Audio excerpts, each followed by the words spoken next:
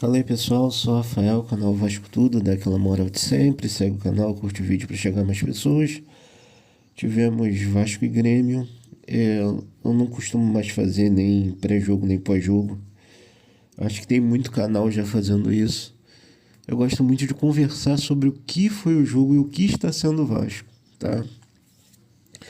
Não dá para dizer que o Vasco foi mal ontem, mas o Vasco apresentou suas deficiências nessa partida. Suas deficiências ao não ser capaz de mitigar as poucas oportunidades que o Grêmio teve, tá?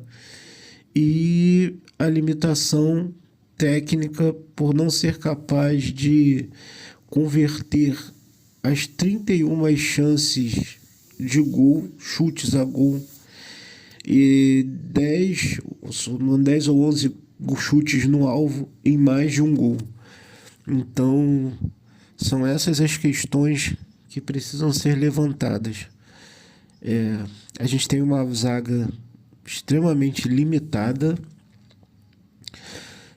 Nós temos uma volância que também não resguarda muito bem essa defesa, tá?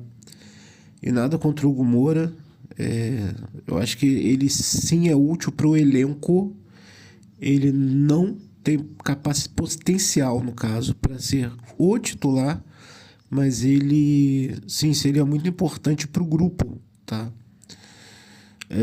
O Lucas Freitas claramente ontem demonstrou que sentiu o peso das críticas que foram feitas ao time, né? A ida da torcida organizada.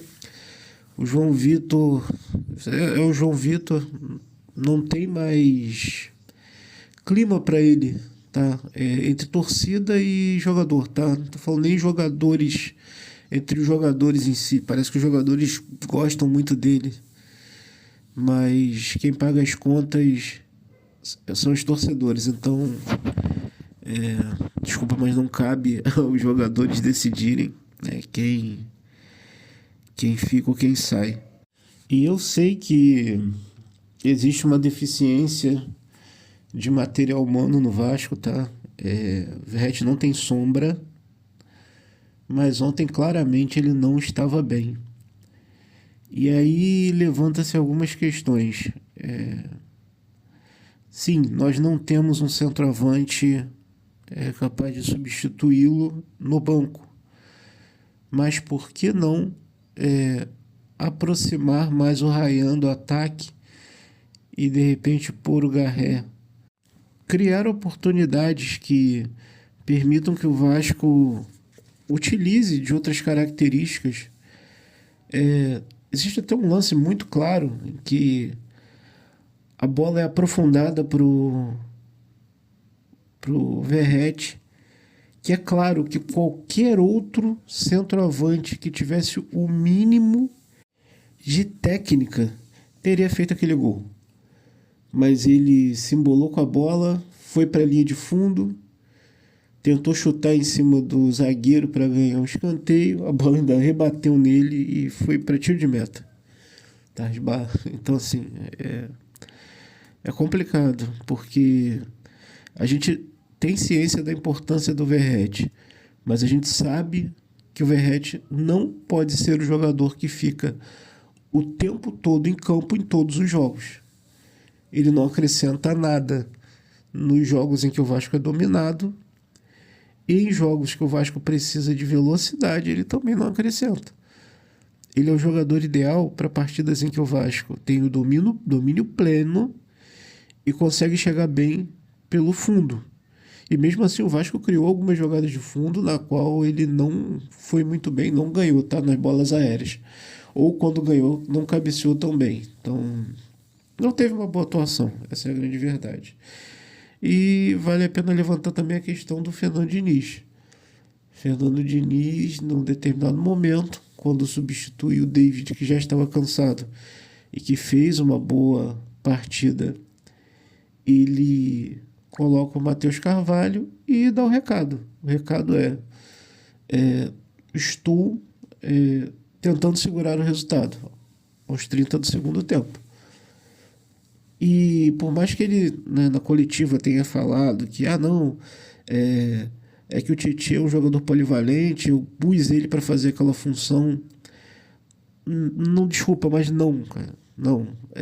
Você ali pôs mais um volante em campo e o Vasco se descaracterizou. E você tirar talvez o jogador do meio campo que estava sendo mais efetivo, que o Tietchan era o jogador mais efetivo desse meio campo do Vasco, fez com que o Vasco também perdesse qualquer chance ali de criar mais oportunidades. No final a gente foi para a Bafa, né, que era natural, o Grêmio se encolher, também está numa péssima campanha, mas sim, teve o dedo do Diniz aí. E o que eu posso levantar nessa questão, e é o mais importante até para esse vídeo, é que são esses pontos que a gente não pode perder. A gente não pode perder pontos para times que estão na mesma prateleira da gente em casa. Porque esses pontos dificilmente serão recuperados. Esse empate contra o Grêmio, a derrota para o Vitória, esses pontos dificilmente serão recuperados.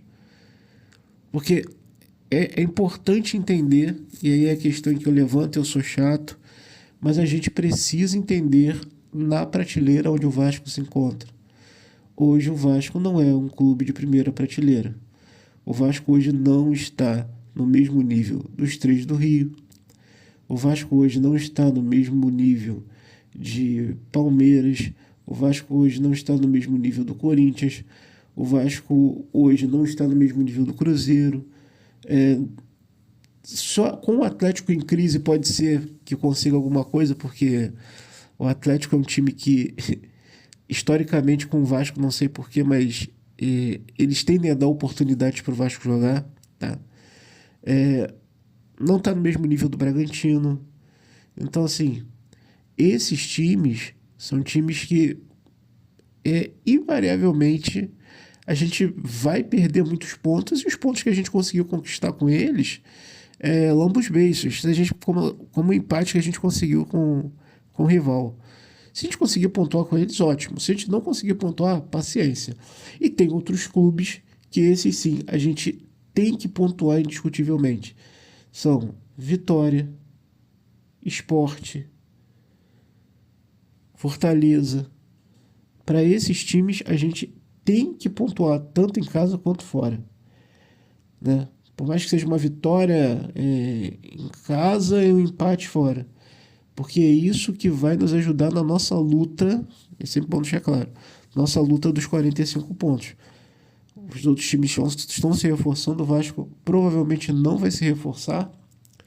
Vai estar travando uma batalha para ver se traz um ponta.